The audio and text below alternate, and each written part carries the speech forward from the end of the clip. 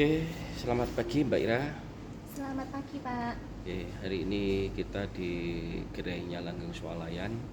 Kita coba membedah pengalaman bagaimana sih memulai mengelola gerai swalayan yang basicnya itu dikelola oleh koperasi dan sistemnya itu sudah terjadi modernisasi.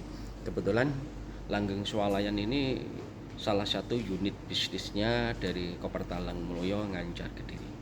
Oke, Mbak Ira, Iya, mungkin suara Mbak Ira agak dikeraskan ya. iya, Pak. Eh, Coba ceritakan bagaimana sih kesulitan eh, Mbak Ira saat Mbak Ira ini kan selaku kepala toko dan manajemen operasional di Langgeng Swalayan. Nah, di saat menyiapkan karyawan dalam pengelolaan swalayan ini, tantangan atau kesulitan apa yang harus diperhatikan? Yang pertama, kami merasa kesulitan untuk memberikan edukasi kepada karyawan mengenai barangnya itu harus dijual per piece ataukah per pak. Kadang karyawan ada yang salah saat seharusnya barang itu dijual per pak tetapi dimasukkan per piece. Akhirnya karyawan harus mengganti. Ya, jadi ya, yang hal pertama itu adalah membentuk pola pikir atau mindset dari karyawan, karena latar belakangnya ini kan dari berbagai macam, sehingga untuk pengenalan barang ini ternyata tidak mudah. Karena di Langgeng Swalayan ini ada barang yang dijual piece, ada yang dijual pak. Nah, kalau yang dijual piece mungkin tidak ada masalah ya, harganya sesuai. Tetapi kalau yang satu pak itu ada beberapa piece, karena dijual piece, itu akan terjadi kerugian bagi Selawian. Ini yang harus diperhatikan oleh teman-teman. Mungkin di sisi lain terkait untuk pemahaman, kan saat untuk pengenalan aplikasi memang mereka di training. Ya, Apakah setelah di training mereka itu langsung paham dan menguasai, ataukah belum, ada Pak. trik-trik yang harus diperhatikan? Belum, karena di saat mereka itu dikasih tahu bagaimana program aplikasinya itu seperti apa, terus ini untuk transaksi ini modulnya seperti apa, itu kadang mereka tetap belum paham. Ya, ini ternyata untuk membentuk mindset, pemahaman terhadap satu sistem itu bagi SDM tidak mudah. Maka perlu pengenalan secara berulang-ulang, latihan dan terus-menerus, karena ini adalah sebuah keterampilan. Sehingga ini harus diperhatikan teman-teman, bagaimana nanti SDM yang disiapkan itu tidak hanya mereka itu memiliki ketekunan, kedisiplinan, kejelian, tetapi mereka itu punya kemauan belajar untuk belajar. Nah, kemauan yang besar ini yang akan mendorong mereka itu untuk belajar cepat. Yang berikutnya terkait dengan penyiapan barang. Kan untuk menyiapkan barang atau mengenal distributor ini tidak mudah. Apa sih tantangan atau kesulitannya di dalam kita mengenal salesnya atau distributornya? Kita agak sulit untuk mengenal distributor karena distributor itu kadang mereka menawarkan barang itu tidak sesuai dengan apa yang kita butuhkan. Terkadang ada distributor itu harusnya kalau barang ini itu dipegang sama distributor tertentu, tetapi ada juga distributor lain yang bawa barang tersebut. Intinya dua distributor bawa barang yang sama tetapi harganya yang berbeda. Tetapi dari harga yang berbeda tersebut mereka memberikan ketentuan yang beda juga. Distributor A kasih harga yang lebih murah tetapi barangnya nggak bisa kembali. Distributor B kasih barang agak mahal tetapi ada jaminan barang bisa return. Nah, dari distributor ini kita ya milih yang ambil resiko yang lebih kecil saja, Pak. Karena kalau kita nggak milih resiko yang kecil, takutnya kita sendiri yang nanti akan mengalami kerugian. Jadi lebih memilih pertimbangan pada sisi resiko ya daripada sisi harga, sehingga harapannya nanti dengan mempertimbangkan resiko yang akan mungkin dihadapi itu bisa menghindari terjadinya kos yang tinggi ya atau kerugian dari semangat. Ya, ini yang harus diperhatikan teman-teman. Ternyata untuk mengenal koneksitas kepada distributor atau sales itu pun tidak mudah. Mereka juga memiliki satu model atau permainan, baik permainan harga atau sistem returnnya. Ini yang harus diperhatikan. Kira-kira tip yang harus disampaikan untuk pengelola awal apa yang harus dilakukan, Mbak?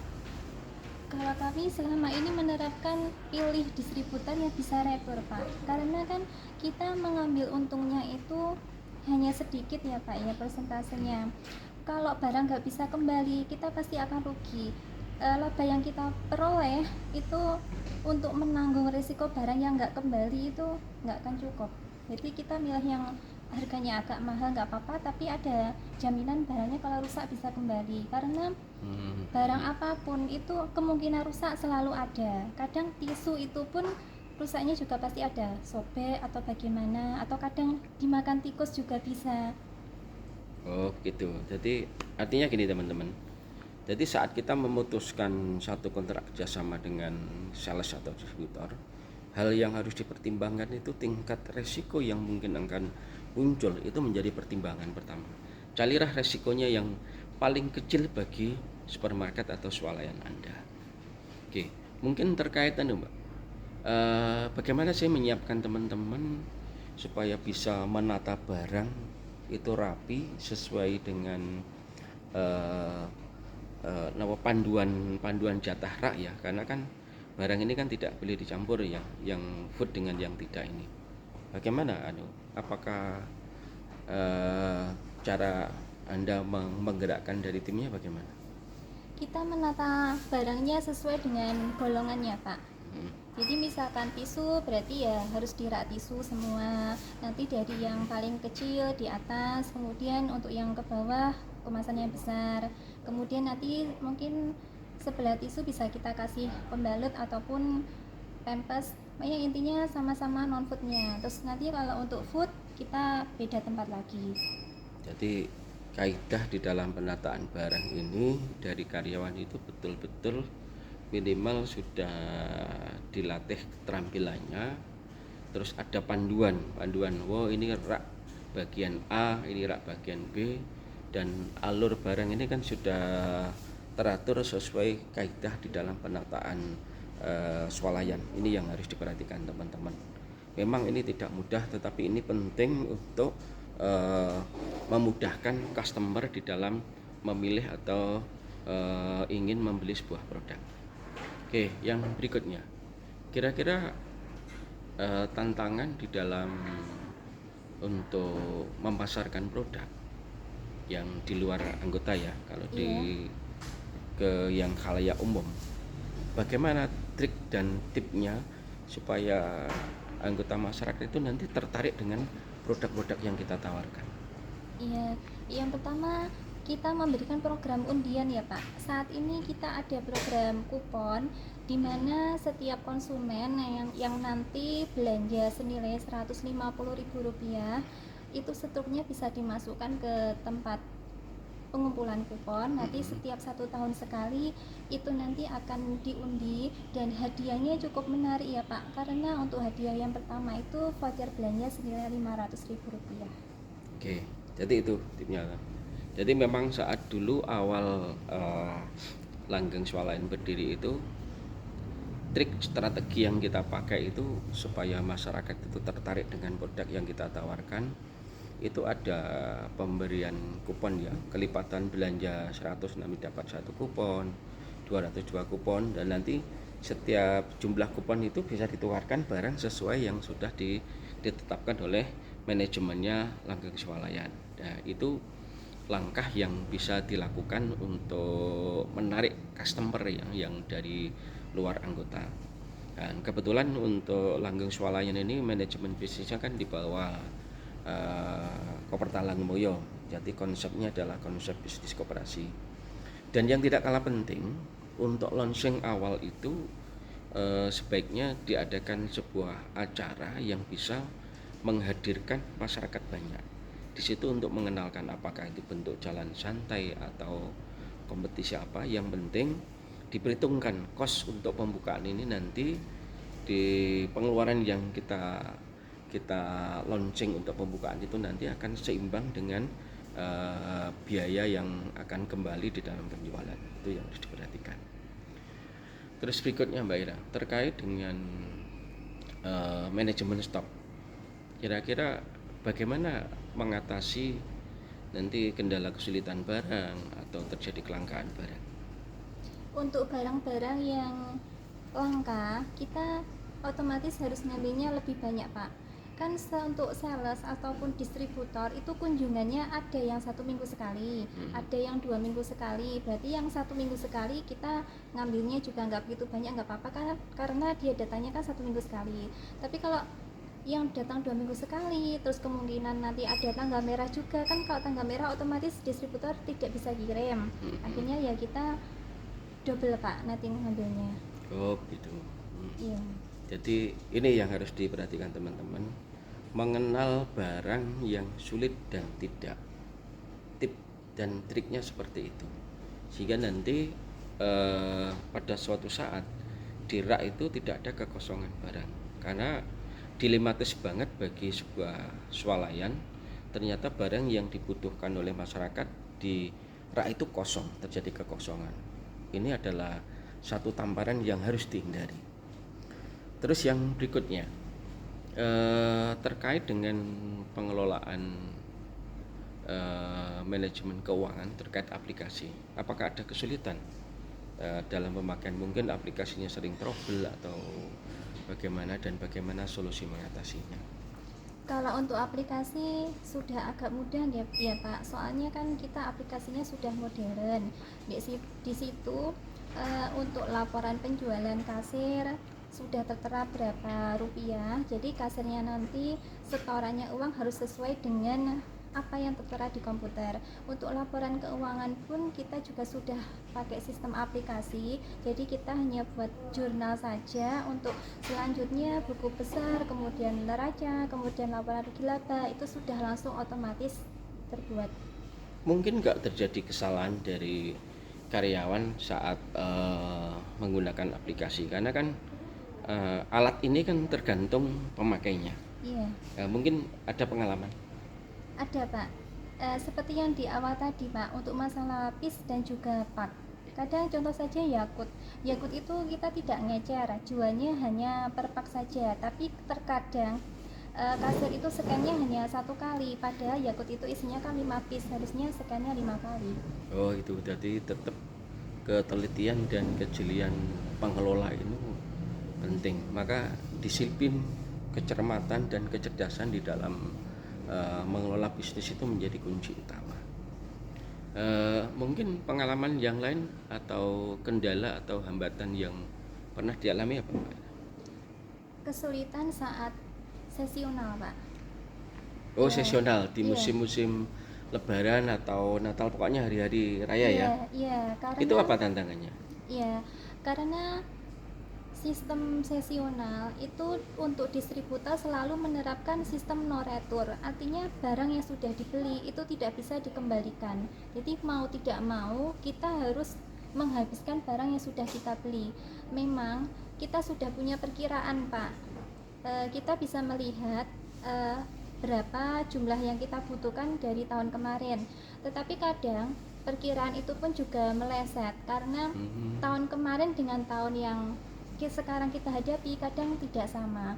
Terkadang tahun kemarin itu barang A laris, tapi ternyata tahun ini barang tersebut nggak laris. Oh begitu. Terus kemudian kalau kita ngambilnya mepet saat mendekati hari raya, terkadang barang itu sudah habis, Pak. Karena memang dari pabrik itu kan mereka kalau barang sesional itu jumlahnya terbatas, jadi minimal 3 bulan sebelum hari raya kita sudah harus menyetok barang. Tetapi kesulitan kita kalau menyetok dari awal, yang pertama modalnya kan akhirnya malah besar. apa itu besar, karena kan berhenti di situ, barangnya belum terjual tapi kita harus menyetok barangnya terlebih dahulu. Jadi modal yang dibutuhkan jadi lebih besar. Iya, lebih besar, Pak. Terus kadang kan pada saat hari H ternyata barang tersebut kurang laku atau bagaimana, terus minat konsumen beralih ke barang yang lain, kita juga tidak bisa memastikan. Oke. Jadi intinya di saat sesional itu di hari-hari tertentu, hari raya atau hari raya Natal itu sebetulnya kan eh, banyak kebutuhan lonjakan barang, tetapi ada beberapa resiko yang harus dipertimbangkan, mulai dari eh, produk yang akan kita beli itu harus sudah diprediksi atau sudah dipertimbangkan dengan insting atau pengalaman yang lalu. Tetapi pengalaman yang lalu pun belum bisa dijadi rujukan yang baku, karena banyak faktor ya, mulai faktor kondisi ekonomi, perputaran uang di masyarakat ini juga mempengaruhi daya beli masyarakat. Jadi faktor-faktor ini juga menjadi pertimbangan.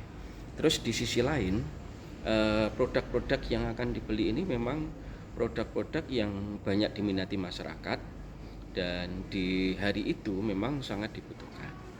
Dan strategi di dalam penyiapan tidak hanya bagaimana strategi marketnya.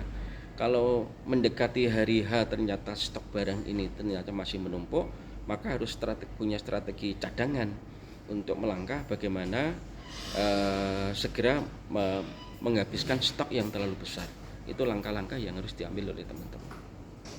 Oke, terakhir Mbak Ira, mungkin tip atau saran yang bisa kita berikan kepada teman-teman pengelola supermarket pemula, kayak teman-teman KDMP ini kan pemula.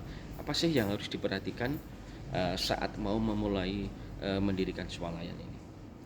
Kenyamanan konsumen, tempat yang bersih. Ya, kenyamanan konsumen terkait dengan pelayanan, jadi senyum sapa ramah konsepnya di langgeng swalayan.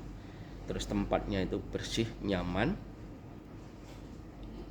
Penataan barang yang sesuai, yang mudah dijangkau.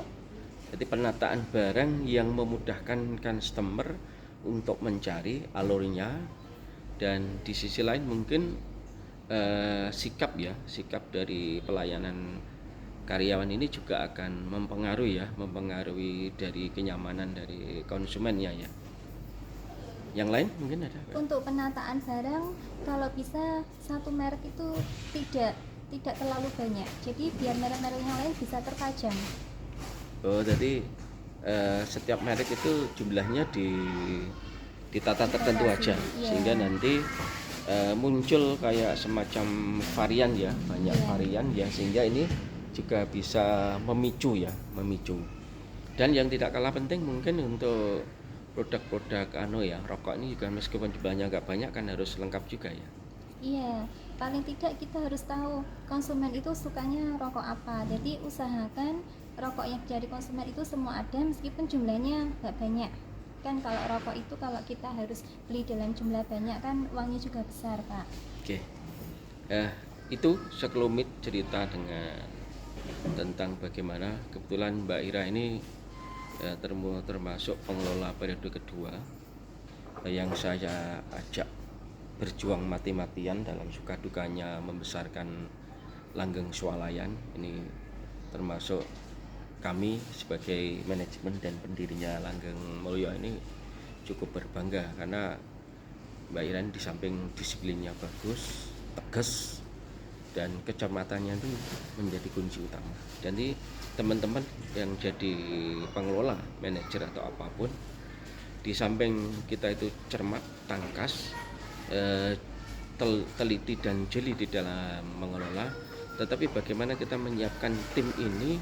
Kalau jadi seorang manajer ini harus mampu membackup semua permasalahan yang dihadapi kepala toko ataupun karyawannya.